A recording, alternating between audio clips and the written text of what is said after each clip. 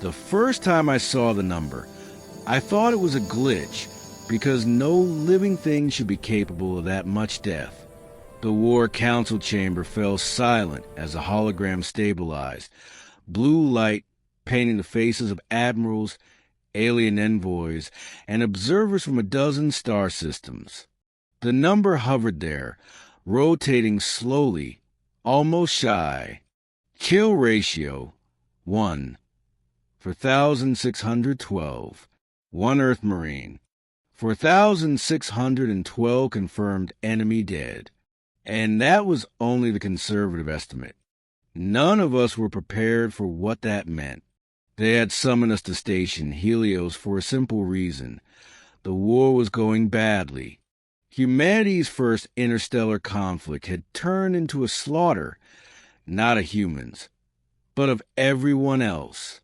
The enemy coalition, the Virex Concord, had expected us to break.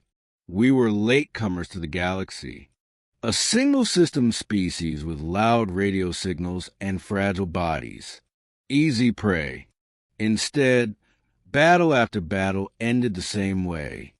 Virex ships crippled, boarding parties wiped out, planets abandoned after human intervention. The Council wanted to know why, so they asked the most terrifying question imaginable. What is the kill ratio for 1 Earth Marine? But that question had an answer far darker than a number. I was there as a liaison historian, tasked with translating human military culture to alien minds. My name is Elias Rowan, former United Nations defense analyst. I had watched wars from a distance my entire life. This one, I lived inside. As the hologram shifted, the council chair, a towering Zelethai with translucent skin and 3 glowing eyes, turned toward me. Explain, it said, voice echoing like wine through crystal caverns. Is this figure accurate? I swallowed, because accuracy wasn't the problem. Context was. Yes, I said, but that number doesn't show the whole picture. The room stirred. Curious. Uneasy. What I saw next changed everything. The projection expanded, replacing the sterile statistic with footage. Helmet cams. Orbital scans. Audio logs recovered from battlefields. This, I said quietly, is Sergeant Marcade, 3rd Marine Expeditionary Unit, Earth. The footage showed a human woman in powered combat armor, crouched in the ruins of an alien city. Smoke filled the air. Plasma fire streaked overhead.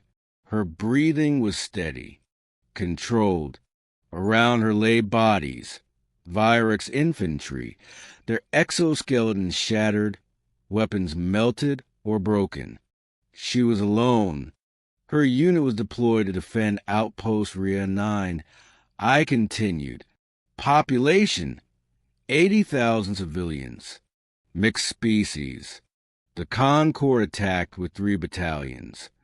The footage jumped. Explosions. Screams. Static. Then silence. They killed everyone else, I said, except her. But that was only the beginning. Mara K didn't retreat.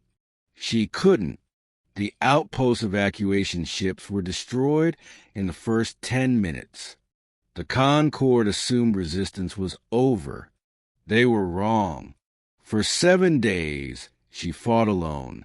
The footage showed her moving through shadows, setting traps, rerouting power grids, turning alien infrastructure into weapons. She hacked atmospheric processors to flood districts with corrosive fog. She used medical nanites to keep herself standing long after her ribs were shattered.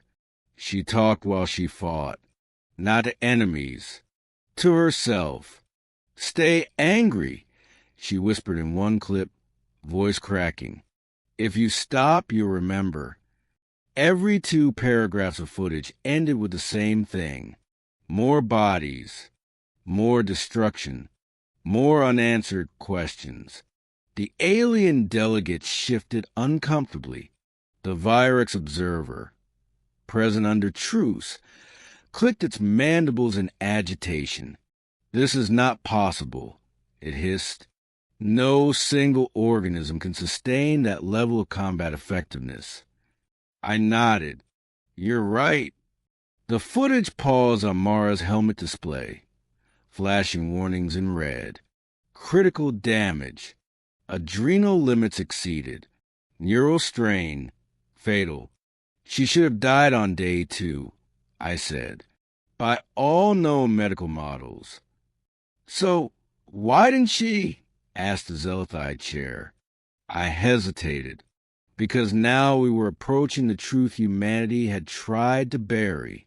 "She didn't stop," I said finally, "because she wasn't just fighting the enemy." The room leaned in.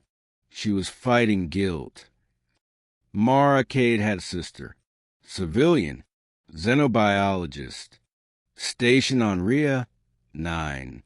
They argued the last time they spoke. Over nothing. Over everything. Mara had been deployed before they could reconcile. The Concord invasion began 12 hours later. In one recovered audio log, recorded during a lull in combat, Mara whispered into the dark.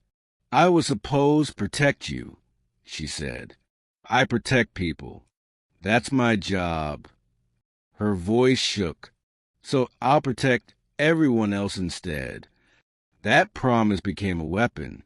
None of us were prepared for the truth of what humans become when promises replace hope. By day 5, the Concord realized something was wrong. Entire platoons vanished. Drones stopped reporting. Command hubs went silent. They began calling her the ghost of Ria. They flooded the city with troops. That was their mistake. Mara triggered the fusion core beneath the central spire, collapsing 6 square kilometers into a molten crater. The blast killed over 2,000 Concord soldiers in seconds. Her armor absorbed the shockwave. Barely. The kill ratio spiked. And then, halfway through the presentation, the hologram changed again. This was the moment that made the council collectively inhale. The mid-story turning point wasn't a battle. It was a medical scan, projected in 3 dimensions, rotating slowly. "This," I said, "is a human brain under extreme combat stress." Neural pathways glowed white-hot. Chemical markers spiked far beyond safe thresholds. "And this," I continued, overlaying another image, "is Mara Cade's brain on day 7. The alien envoys recoiled. "That pattern," the Zelethai whispered, "resembles a Berserker state, a death spiral." "Yes," I said, "except humans don't spiral outward." I let the silence stretch. They spiral inward. Human emotion didn't shut down logic. It overrode it. She wasn't fighting to survive anymore. I said softly. She was fighting to make the enemy feel loss. What I saw next changed everything. On the 8th day, the Concord deployed a Titan-class warform, 30 meters tall, shielded, designed to flatten cities. Mara had 1 magazine left. She charged it anyway. The footage was chaotic. Plasma fire ripped chunks from her armor. Her left arm went limp. Warning alarms screamed nonstop. She laughed, a raw, broken sound. "Come on," she said. "I've got room for one more nightmare." She planted a gravitic mine inside the Titan's knee joint and detonated it at point-blank range. The warform collapsed. So, did she? Her heart stopped 6 minutes later. By then, the Concord invasion had fully withdrawn. Ria Nine was a graveyard. but it was free. The hologram faded, returning us to the War Council chamber. No one spoke. Finally, the Virax observer asked, voice trembling despite itself, That is one Marine?" "Yes," I said. "And how many of these Marines does Earth possess?" I met its gaze. "Millions." The silence that followed wasn't fear. It was calculation. The Zelithide chair straightened. "Then the kill ratio is misleading." I nodded. "It always is."